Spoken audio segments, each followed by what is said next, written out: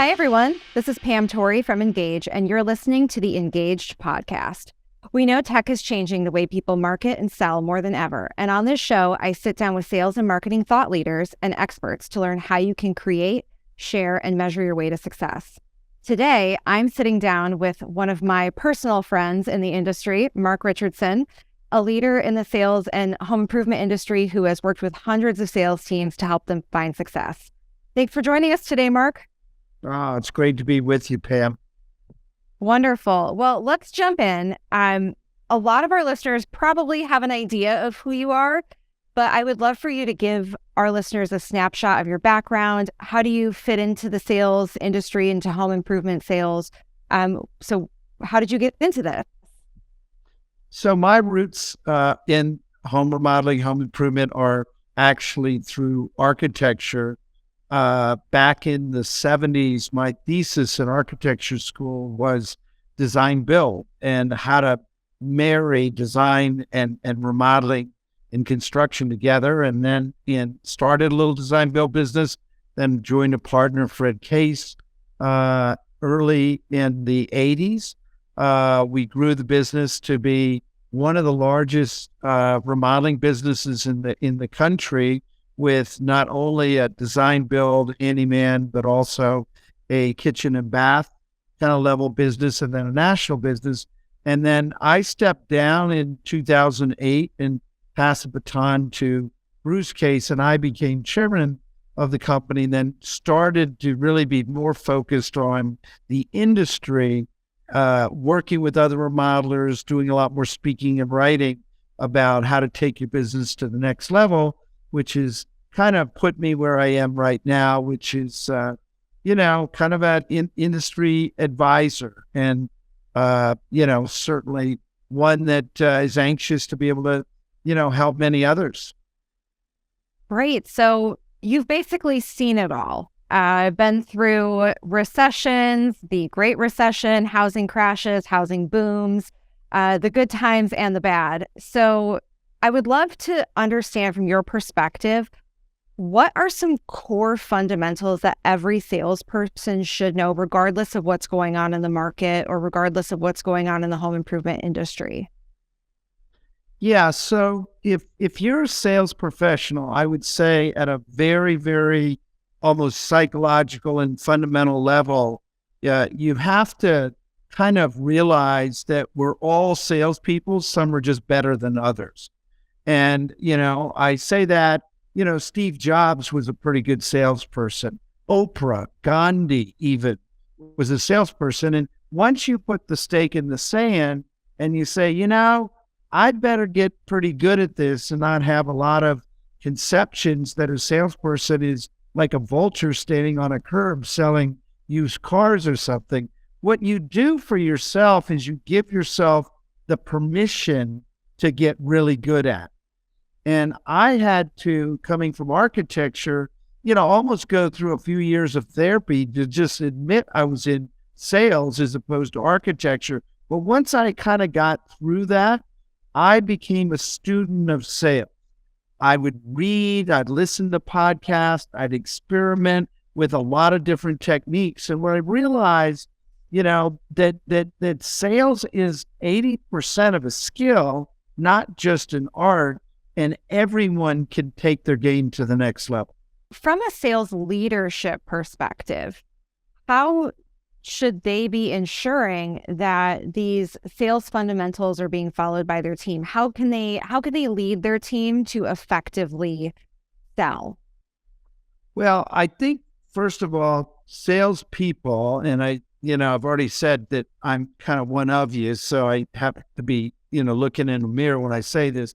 Salespeople, I think, oftentimes have a lot of bad habits. They oftentimes think they're doing certain things, but they're not really doing it. So the more that you can kind of observe and inspect kind of what you expect, I think the better. One of the wonderful things that I know that, in understanding the Ingaged product, that I think as a sales leader is even just as important as all the sexiness that comes from the graphics, is the ability to really look at the analytics of what your salespeople are doing. And, when I go into organizations, one of the key things I say to sales manager is, how many ride-alongs do you do a week? And I can tell you without a doubt, 9 times out of 10, they're not doing nearly as many as they could. So leveraging technology and tools to kind of do virtual ride-alongs and extract that analytics really tells you and gives you what you need to be able to coach and advise and help your salespeople, realize their full potential. So when you're talking to these sales leaders and you're talking about coaching, I'm curious about what the fundamental elements you recommend to have in a sales presentation. I know that you've helped a bunch of different companies with creating sales presentations. You're a big advocate of them. What are the fundamental building blocks to a great sales presentation, in your opinion? Well, one of the things that's so important is realize that you've got to make it relevant. You've got to have a little bit of levity to it. Don't be so serious that it's almost squeaky mechanical. And then you also have to have the right cadence and pace, the right brevity to a sales presentation. So what I'd like to do is, your biggest competitor, quite frankly, is not other remodelers, home improvement companies. It's really the client. It's the client's ignorance about remodeling and the process. It's their, oftentimes their fears about things. I'm on the board of the Better Business Bureau, and, 50% of our complaints are from home improvement clients that quite frankly just misunderstood. So there's a lot of fear, and then there's a lot of overwhelm. So if you focus your presentation on trying to vaporize some of the ignorance in what remodeling the process is all about, you're really telling your story. You need to tell your story. And one of the things many years ago, I always thought clients didn't really care about our story. And then I actually had our team go out and present our story to many of my relatives. And with zero exceptions, every relative came back and said, wow, I didn't know that about you. And this is on my own flesh and blood didn't know that. Why would you think your clients know that? So the more you can tell your story, they care about your team. They care about your expertise, the depth of your experiences. But you've got to do it, I think, under kind of an overriding umbrella of relevance, levity, and brevity. Because if you end up having a 2-hour presentation, they're bored to death and they want to kick you out of the door.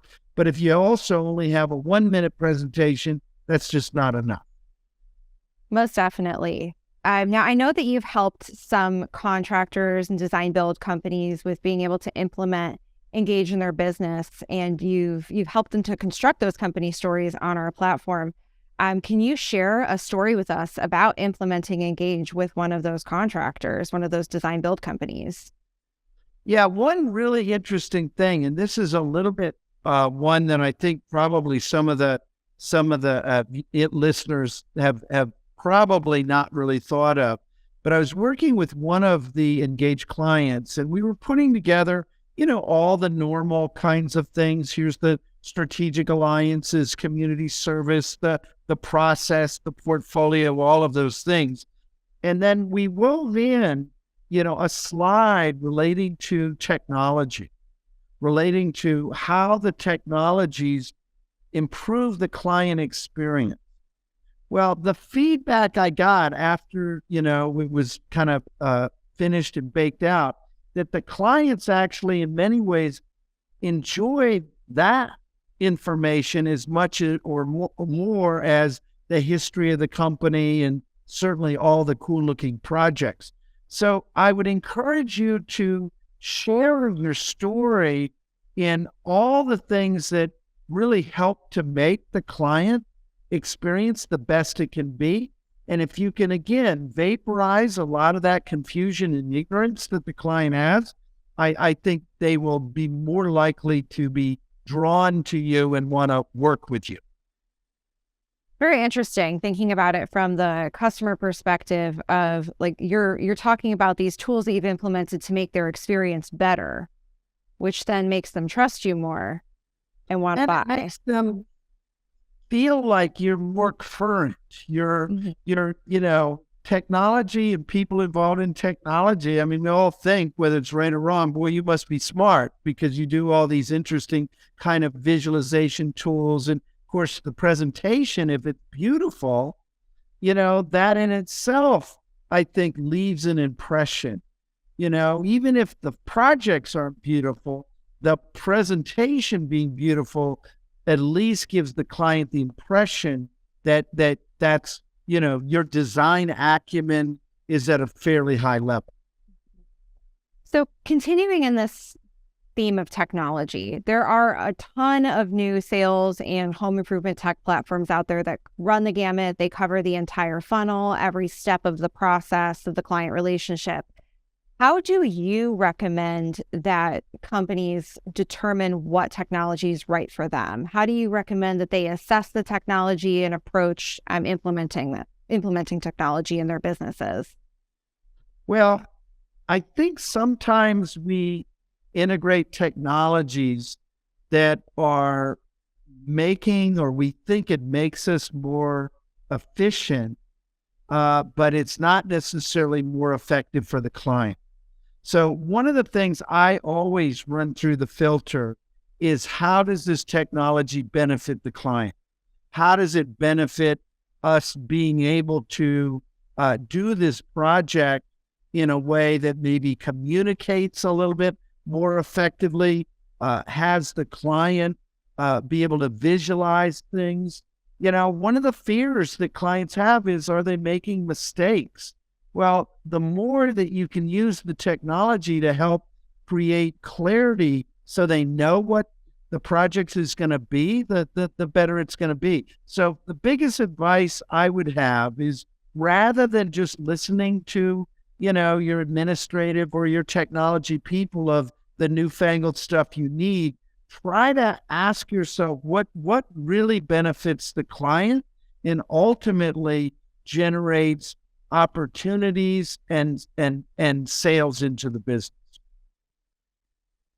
Great. So looking ahead, and we're in the first part of 2023 right now. We have a lot of clients who are trying to think about what are they going to do for spring and summer. That's usually busy season for a lot of remodelers, and they're trying to get prepped for it. They're trying to just get ready for what curveballs this year is going to throw at them.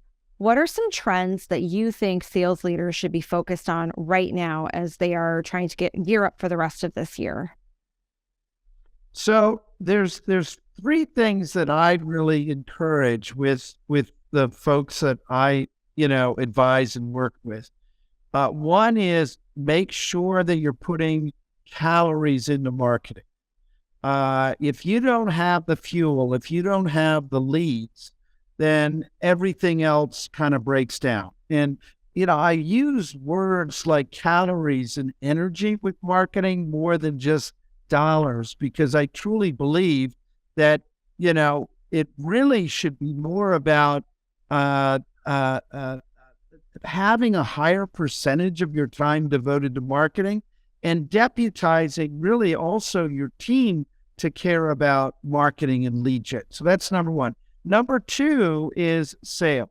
Sales axe needs to be sharper, and I use a lot of metaphors about axes and things, but the reality, that dull axe is not going to cut the trees that are out there right now. So you've got to really focus on training. You got to focus on the right sales tools. You've got to know how to differentiate yourself. You've got to understand how to create urgency in this client that is, you've coined pen, that's a little bit feral out there right now and kind of escaped and cares about a lot of different things. So that's number two. Sales needs to be sharp and better than ever. And number three is, try to, in general, have your act together. Have your operational side of the business just tightened up, and make sure those bolts and screws are tight, because you don't want to be always turning around and focus on fixing things in your business. You want to really create the opportunities, be able to sell and be able to produce. And if you can focus and think about those three things, you're going to increase profitability and you're going to have a very successful year. Great. Well, thank you so much for joining us today, Mark. I always really enjoy when we get to chat, and I think that our listeners are going to have some actionable nuggets that they can take away. I hope so. This has been wonderful, and Pam, as always, I always enjoy, our conversations and time together.